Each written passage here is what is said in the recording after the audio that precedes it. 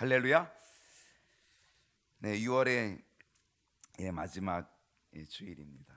벌써 2021년이 절반이 지나가는 그러한 시점에 있습니다. 이제 하반기 7월 우리가 맞이하게 되는데, 이번 주 중에 7월 또 1월 1일 월삭 새벽 기도에도 함께 있습니다. 또 함께 참여하고 큰 은혜가 되었으면 좋겠습니다. 아마 7월 달에는 코로나 이 상황이 그래도 조금 아마 완화되어지리라는 그런 기대를 갖습니다. 그래도 역시 아직 코로나는 계속되어지고 있습니다. 여러분 관리를 잘 하시고 특별히 개인적인 위생 잘 관리해 주셔야 되리라 이렇게 생각을 합니다. 아무튼 하나님이 지켜주시는 은혜가 저와 여러분에게 있기를 축복합니다. 오늘도 이 거룩한 예배 현장에서 예배드리는 우리 모든 식구들, 또 온라인 속에서 또 예배에 참여하고 계신 우리 모든 성도님들 주님의 이름으로 환영하고 축복합니다. 해마다 6월이 되면은 6월을 무슨 달이라 그래요? 호국 보훈의 달 이렇게 이름합니다. 아마 그것은 6월 6일 현충일도 있고 6월 25일 엊그제죠. 6.25 전쟁이 이 땅에서 일어난 그러한 일들이 있어 그래서 아마 이 6월 달을 호국 보훈의 달이다 그렇게 이름을 짓는 것 같습니다. 네, 오늘은 6.25가 일어난 지 71주년이 되는 그런 기념주일입니다. 요즘은 순교자 기념주일이라고 하는 이름을 가지고 지킵니다. 이 땅에 전쟁으로 얼마나 많은 죽음과 고통이 있는지 모르겠습니다. 71년 전 되었죠. 71년. 아마 이제 6.25 세대보다는 6.25 이후 세대가 훨씬 더 많이 있으리라 생각을 하고, 이 나라를 이제 이끌어가는 모든 사람들은 아마 거의 대부분이 아마 6.25 이후 세대가 아닐까 이렇게 생각을 합니다. 그래서 혹시 이 6.25를 잊어버리고 있는 것은 아닐지, 6.25에 대한 교훈을 너무 소홀히 하는 것은 아닐지라고 하는 그런 생각도 해보면서 오늘 이 71주년을 맞이하는 이 시점에서 우리가 함께 좀 말씀을 좀 나누면 좋겠다 이렇게 생각을 합니다. 여러분, 전쟁 이거 얼마나 아픈 그런 아픔이 있는 단어입니까? 이 땅의 전쟁으로 인하여 얼마나 많은 죽음, 얼마나 많은 고통이 있었습니까? 여러분, 세계 역사, 세계사 우리가 한번 살펴보게 되면 이 세계사의 많은 부분, 아니 거의 대부분이 뭐예요? 전쟁의 역사다. 아마 이렇게 얘기해도 틀리지 않을 거예요.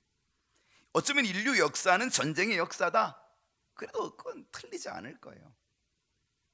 인간이 태어나면서부터 지금까지 계속 우리는 뭐 하고 있어요? 전쟁을 하고 있어요. 땅 뺏기 하고 있어요. 더 많은 것을 얻으려고 전쟁을 하죠. 때로는 사람을 죽이기도 하고 침략하고 식민지를 넓히고 뭐 이런 일들. 근데 전쟁에 대한 일들.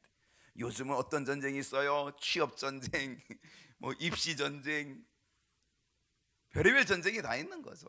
요즘의 전쟁, 인생의 전쟁, 생활의 전쟁. 어쩌면 인생 전체가 전쟁의 삶 속에 있는 것은 아닐까 이런 생각을 합니다. 대표적인 전쟁은 아마 세계 제1차 대전. 세계 제1차 대전으로 죽은 사람의 수가 한 2천만 명 정도 된다 그래요. 이게 2천만 명 대단한 겁니다. 2천만 명을 죽이기 위하여 사용된 돈은 4천억 달러. 우리 돈으로 환산하면 450조가 써졌다는 거예요. 그리고 2차 대전이 벌어지죠. 2차 대전은요 1차 대전의 3배가 되는 6천만 명이 희생됐다 그래요. 우리나라 남한의 인구가 5천만이니까 5천만 인구보다 훨씬 더 많은 인구가 희생이 되었다는 거죠. 여기에 쓴 비용이 1조 4천억 달러, 우리 돈으로 얘기하면 1,500조 원이 된다는 거예요. 우리나라 1년 예산의 몇 갑절 되는 거겠죠. 여러분, 이 사실만으로도 전쟁을 설명할 단어를 찾아내기는 쉽지 않을 거예요. 여러분, 전쟁을 어떻게 설명할 수 있을까? 6천만 명이나 죽어야 하는 전쟁, 무엇으로 표현할 수 있을까요? 비극? 참상? 아마 이러한 단어로 붙여도 부족할 거예요. 이런 비참한 이 비극의 참상이 되는 이 전쟁, 근데 이 전쟁이 바로 이 땅에서도 71년 전에 일어났다는 거죠. 그것도 같은 민족끼리, 그것도 같은 동족끼리, 때로는 한 배에서 태어난 형제 자매가 북과 남이 나눠져 가지고 한 사람은 국군, 한 사람은 인민군이 되어 가지고 서로 죽이는 비극의 전쟁이 이 땅에서 일어났다는 거죠. 6.25 전쟁으로 입은 인명 피해는 400만 명 이상이 된다 그래요. 인천시 인구가 300만 명이니까 그보다도 훨씬 더 많은 인구가 그렇게 희생되었다는 거죠. 그 고통과 슬픔, 아픔을 어떻게 보상받을 수 있겠습니까? 다시는 6.25와 같은 전쟁이 이 땅에서는 일어나지 않아야 된다는 거죠. 실상 6.25 전쟁 속에서 우리는 하나님의 손길을 체험했어요. 하나님이 지켜주셨어요. 낙동강 전선 그거밖에 안 남았잖아요. 다 점령당하고 이제는 낙동강 전선, 여기서 물러나면 끝장인 거죠. 마지막 배수진을 치고 있는 바로 그러한 때에 정말 기적과 같이 유엔군, 안전보장 사회에서 정말 기가 막힌 기적적인 통과가 이루어지게 된 거죠. 이거 하나님이 보호하사 우리나라 만세, 진짜 이건 기가 막힌 사건입니다. 역사적인 사건이죠. 거부권 행사하면 안 돼요. 소련이, 중국이 거부권 행사하면 건 유엔군 절대 못 오죠. 미얀마 사태도 지금 러시아가 딱 붙잡고 있잖아요. 그러니까 뭐 안 되잖아요. 그런데 참 기가 막히게도 불참을 하고 또 기권을 하고, 참 이건 있을 수 없는 일인데 그런 일이 벌어져 가지고 하나님이 보호하사 정말 유엔군이 참전하게 되는 놀라운 기적의 역사가 일어나서 하나님이 보호하사 우리나라 만세되는 역사를 이루어 주시는 것, 그렇습니다. 기도해야 합니다. 하나님이 지켜주시도록 기도해야 합니다. 이 상반기 지켜주신 것 우리가 기도하며 이 하반기도 또 지켜주시기를 우리가 기도해야 될 줄로 믿습니다. 여러분, 시편 127편에 시편 기자가 뭐라고 얘기하는지 아십니까? 여호와께서 성을 세우지 아니하시면 세우는 자의 수고가 헛되다. 하나님이 성을 세워주셔야만 효과가 있지, 하나님이 세워주지 아니하시고 인간이 아무리 애를 써도 그건 헛되다는 거죠. 여호와께서 성을 지켜주지 아니하시면 파수꾼이 아무리 눈을 부릅뜨고 깨어있고 지킨다고 해도 그거 다 허사가 된다는 거죠. 하나님이 지켜주셔야 될 줄로 믿습니다. 하나님이 이 땅을 지켜주시도록 우리가 깨어서 더 열심히 기도해야 될 줄로 믿습니다. 오늘 6.25가 일어난 지 71주년을 맞이하면서 제가 말씀의 제목을 이렇게 잡아보았어요. 다 같이 읽어볼까요? 시작. 아이고, 전쟁, 또 다른 전쟁이 일어나면 어떻겠어요? 전쟁, 아이고 안 되지요. 근데 또 다른 전쟁, 이 말은 뭐예요? 우리 인생에는 또 다른 전쟁이 있다는 거예요. 우리 인생사에는 여러 가지 다양한 전쟁들이 존재한다는 거예요. 오늘 본문이 시편 55편인데요 이 시편 55편은 다윗의 시편입니다. 다윗의 시입니다. 어떤 신학자가 이야기하기를 이 시편의 배경은 다윗이 사울 왕으로부터 쫓기는 거죠. 사울 왕으로부터 핍박을 받고 쫓기는 거죠. 죽음을, 사울이 죽이려고 하니까 도망치고 하는 그 도망치는 고난 중에, 그 고통 중에 지은 시다라고 하는 그러한 이야기를 하는 신학자도 있고요. 또 다른 신학자는 아들 압살롬이 아버지를 죽이고 왕이 되겠다고 반역을 일으켜가지고 그래서 쳐들어오게 될 때에 맨발로 도망치잖아요. 아주 급하게 불이 나게 도망쳐가지고 피신하고 있고 있던 바로 그 고난의 시간에 이 시편을 지었다. 그렇게 이야기를 해요. 어찌됐든지 간에 분명한 것은 다윗이 이 시편 55편을 지었을 때에는 다윗은 엄청난 고난과 그게 사울왕을 통하여 고난인지 아니면 압살롬을 통한 고난인지 아들을 통한 고난인지 아무튼 엄청난 고난과 고통을 당하고 있었다라고 하는 것, 이건 틀림없는 사실입니다. 이런 고통을 겪고 있는 다윗은요, 자신의 모습을, 자신의 인생을 뭐로 표현합니까? 전쟁이라고 표현하고 있어요. 전쟁. 21절을 한번 보겠습니다. 그의 입은 우유 기름보다 미끄러우나, 그의 입은 우유 기름보다 미끄럽대요. 말은 번지르게 한다는 거죠. 우유 기름보다 미끄럽게, 말은 그럴듯하게 한다는 거죠. 그런데 그의 마음은 뭐예요? 전쟁. 그의 말은 기름보다 유하나 실상은 뽑힌 칼이로다. 이 말이 뭐예요? 사람의 마음속에 전쟁이 일어나고 있다는 거죠.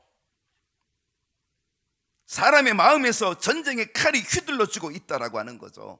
여러분, 6.25 전쟁만이 전쟁이 아니라 우리의 마음속에도 엄청난 전쟁이 벌어지고 있다라고 하는 것, 바로 이거를 다윗이 가르쳐주고 있는 거예요. 육체의 전쟁이 가져다는 피해가 엄청나요. 얼마 많은 사람이 죽어요. 얼마나 많은 이 산업 자산이 다 무너져 내립니까? 그 손실이, 인적인 손실, 물적인 손실이 엄청나죠. 그 피해는 상상할 수 없죠. 그런데 우리 마음속에서 일어나고 있는 이 마음의 전쟁, 이 내적인 전쟁의 피해도 엄청나다는 사실을 우리는 깨달아야 되는 거예요. 세상의 전쟁은요, 육체의 생명을 죽이는 전쟁이죠. 근데 마음에서 이루어지는 전쟁은 영혼을 죽이는 전쟁이 된다는 거예요. 이게 더 무서운 거예요. 다윗은 마음에서 벌어지는 이 전쟁으로 얼마나 괴로웠던지, 그 마음에서 나타나는 이 전쟁으로 인하여 얼마나 힘들었던지, 다윗은 자신이 비둘기가 되었으면 좋겠다, 그렇게 고백해요. 6절을 봅니다. 나는 말하기를, 다윗이 말합니다. 만일 내게 비둘기같이 날개가 있다면 날아가서 편히 쉬었으면 좋겠다. 나는 정말 비둘기같이 날개가 있었으면 좋겠다. 얼마나 힘든지, 지금 이 영적인 이 마음의 전쟁이 얼마나 힘들었던지, 내가 날개가 있으면 활로 날아가 버리고 싶다는 거예요. 그의 고통이 너무 크다는 거예요. 마음에 있는 그 전쟁, 그 고통이 얼마나 큰지 이렇게 고백하고 있는 거예요. 그런데 다윗이요, 자기가 날개가 있으면 멀리 날아가고 싶은데 어디로 가고 싶다 그래요? 7절을 볼게요. 어디로 간다 그래요? 내가 멀리 날아가서 어디로? 광야에 머무르리라. 참 이상해요. 여러분, 기왕 날아갈 바에는 좋은 곳으로 가야지요. 괜찮은 곳으로 가야지요. 근데 다윗은 고작 간다는 게, 비둘기 날개가 있다면 그 날개를 가지고 고작 날아가서, 멀리 날아가서 간다는 게 어디예요? 광야에 머무르겠다는 거예요. 광야. 이상하지 않습니까? 실상 광야는 어떤 곳입니까? 광야는요, 독초가 무성한 곳이 광야입니다. 가시밭길이 가로막혀 있는 곳이 광야, 전갈과 독사들이 있는 곳이 광야, 싸나운 맹수들이 있는 곳이 광야, 이글거리는 태양이 있는 곳, 목마르고 갈증이 일어나는 곳이 광야예요. 그런데도 지금 다윗은 그 비둘기 날개가 있다면 그 날개를 가지고 광야로 날아가겠다. 왜 그럴까요? 다윗은 광야로 도망치고 싶다라고 얘기하는데, 여러분, 이것을 통하여서 다윗이 가지고 있는 이 육체의 전쟁보다도 더 무서운 전쟁, 이 마음속에 일어나는 이 전쟁이 얼마나 더 큰 고통과 아픔을 주었는지를 우리는 여기서 엿볼 수 있게 된다. 여러분, 육체의 전쟁도 무섭지만 우리 마음속에서 일어나는 이 마음의 전쟁, 이 내면의 전쟁이 더 처절하다는 거예요. 오죽하면 광야로 가겠다. 오죽하면. 다윗은 이 마음의 전쟁을 어떻게 표현하고 있는지 아십니까? 8절을 볼게요. 내가 나의 피난처로 속히 가서 폭풍과 광풍을 피하리라. 지금 다윗의 마음속에 일어나는 전쟁은 어떤 거예요? 폭풍 같은 전쟁이에요. 광풍 같은 전쟁이에요. 그래서 나에게 피난처로, 비록 광야라도 나는 빨리 이 폭풍을 피하여, 나는 이 광풍의 전쟁을 피하여 광야라도 좋으니 나는 광야라도 난 가고 싶다. 바로 그렇게 고백하고 있다는 거예요. 여러분, 광야 좋은 곳 아니에요. 그렇지만 지금 당하고 있는 이 다윗의 이 폭풍 같은 전쟁이, 그 마음속에 일어나고 있는 폭풍 같은, 광풍 같은 전쟁이 너무 커서, 그 고통이 너무 커서, 그래서 광야라도 좋으니까 나는 광야라도 가고 싶다라고 그렇게 얘기하고 있는 거예요. 9절을 보겠습니다. 내가 성내에서 강포와 분쟁을 보았사오니, 다윗의 마음속에 있는 것은 지금 강포가 일어나고 분쟁이 일어나고 있다는 거예요. 거기다가 뭐라 그래요? 주여 그들을 멸하소서, 그들의 혀를 잘라버리소서. 아우, 굉장히 자극적이에요. 그들의 혀를 잘라버리래요. 잘라버리소서. 얼마나 마음의 전쟁이 컸으면, 얼마나 마음의 상처가 컸으면 그들의 혀를 잘라달라고 얘기하고 있다는 거예요.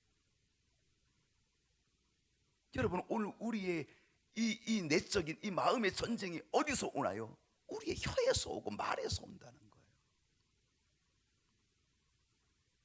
말로 여러분 어떤 전쟁을 일으키고 계십니까?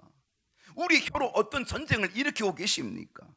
이 말과 혀로 일으키는 마음의 공격과 이 전쟁이 무서운 거예요.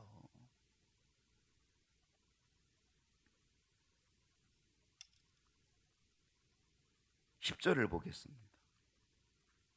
그들이 주야로 성벽 위에 두루 다니며 성중에 죄악과 재난이 있다는 거예요.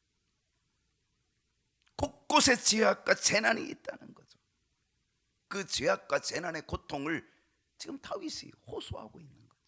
11절을 봅니다. 악독이 그 중에 있고 압박과 속임수가 그 거리를 떠나지 않고 있다는 거죠.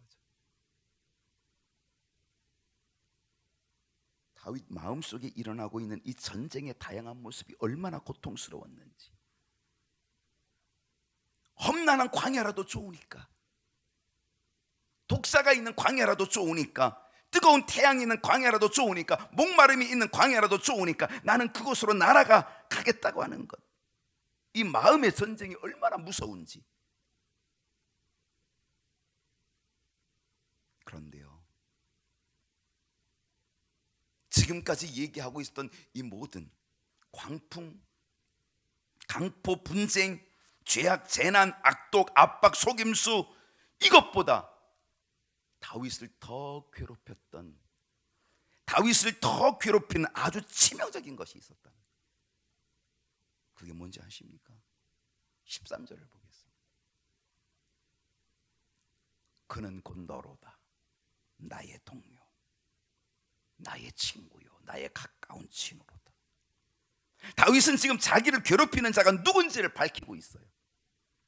누구 때문에 마음의 전쟁이 일어나고 누구 때문에 큰 고통을 당하고 있는지를, 지금 나를 괴롭히고 있는 그 사람이 누군지를 밝히고 있어요. 그 사람이 누구예요?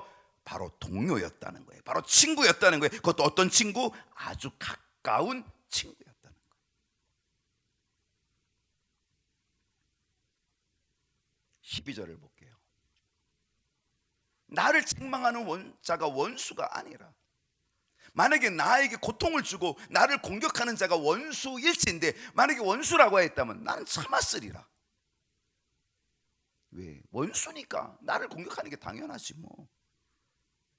나를 공격하는 자가 원수일진데 내가 참았을 거다라고. 나를 공격하는 자가 나를 미워하는 자라면, 그래, 나를 미워하니까 내가 참을 수 있다는 거예요. 근데 지금 나를 공격하는 자가 누구라는 거예요? 나를 공격하는 자가 누구예요? 나를 공격하는 자가 동료고 친구고, 그것도 아주 가까운 친구라고 하는 거예요. 그러니 얼마나 큰 충격이에요.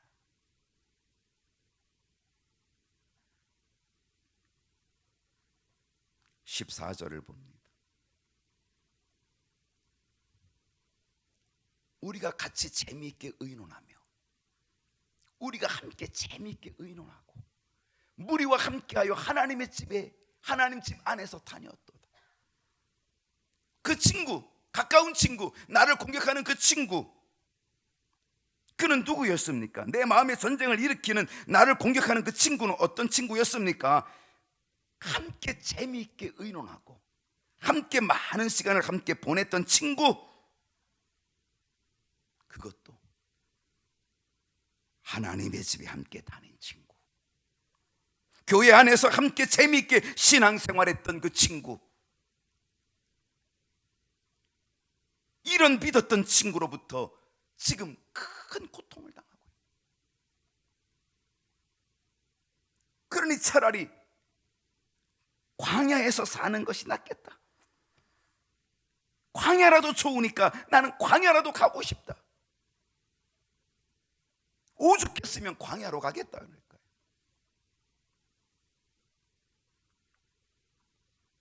여러분, 인간의 도끼는요, 이처럼 무섭습니다. 어떤 전쟁보다 인간의 도끼, 이 마음에서 나오는 이 인간의 도끼, 말에서 나오는 인간의 도끼가 엄청 무섭다는 거예요. 왜 지금 다윗이 광야로 가고 싶다는 거예요? 광야는 인간의 도끼는 없어요. 뜨거운 태양은 있고 목마름은 있어요. 독사는 있어요. 전갈도 있어요. 맹수도 있지만, 그러나 인간의 도끼는 없어요, 광야가. 그러니 인간의 도끼가 없는 광야로 도피하여 살고 싶다는 거예요. 정말 무서운 게 인간이죠. 비록 광야의 위험과 뜨거운 태양이 있다 할지라도 나의 영혼만은 날개를 달고 하나님의 품으로 가기를 소원하고 있는 다윗의 모습을 우리는 여기서 엿볼 수 있는 거예요. 여러분, 지금 여러분의 마음도 다윗과 같은 심정 아니겠습니까? 믿었던 사람으로부터 오는 아픔과 고통, 함께 신앙생활했던 그 사람으로부터 받는, 아주 가까웠던 친구로부터 받는 그 아픔과 고통과 그 눈물, 그래서 날개를 달고 어디론가 훨훨 날아가고픈 그런 마음은 아닐까요? 다윗은 이것을 마음의 전쟁이라고 말하고 있어요.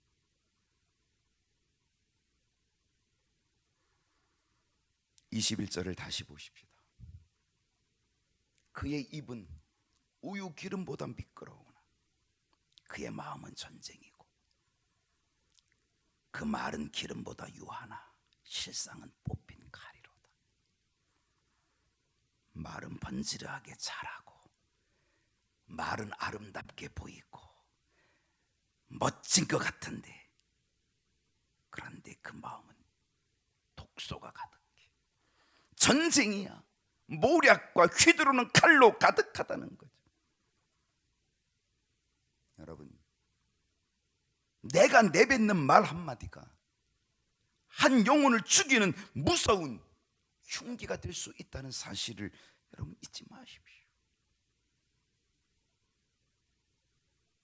시기와 질투와 험담이 마음의 전쟁을 불러일으킨다라고 하는 것, 그리고 이 전쟁으로 인하여서 사람의 영혼이 쓰러져 죽는 그런 피해가 오게 된다는 것. 지금 우리는 6.25와 같은 전쟁을 치르고 있지는 않지만, 우리가 숨을 쉬고 있는 한, 우리의 맥박이 뛰고 있는 한, 우리 모두는 인생의 전쟁터라고 하는 것, 이 인생의 전쟁터에서 치열한 전쟁을 치르며 살아가고 있다는 것.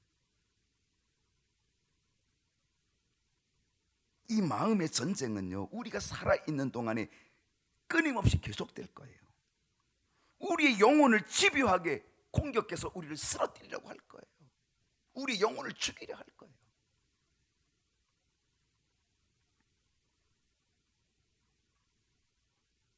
다윗은 이 마음의 전쟁을 이야기하면서 다윗은 우리에게 희망을 주는 메시지를 줘요. 그게 뭔지 아십니까? 그러나 두려워하지 마라. 다윗은 그 마음의 전쟁을 치렀거든요. 가장 가까웠던 장인이자 장인 사울 왕이 자기를 죽이려고 하고, 가장 가까웠던 내 몸에서 난 아들이 나를 죽이려고 하고,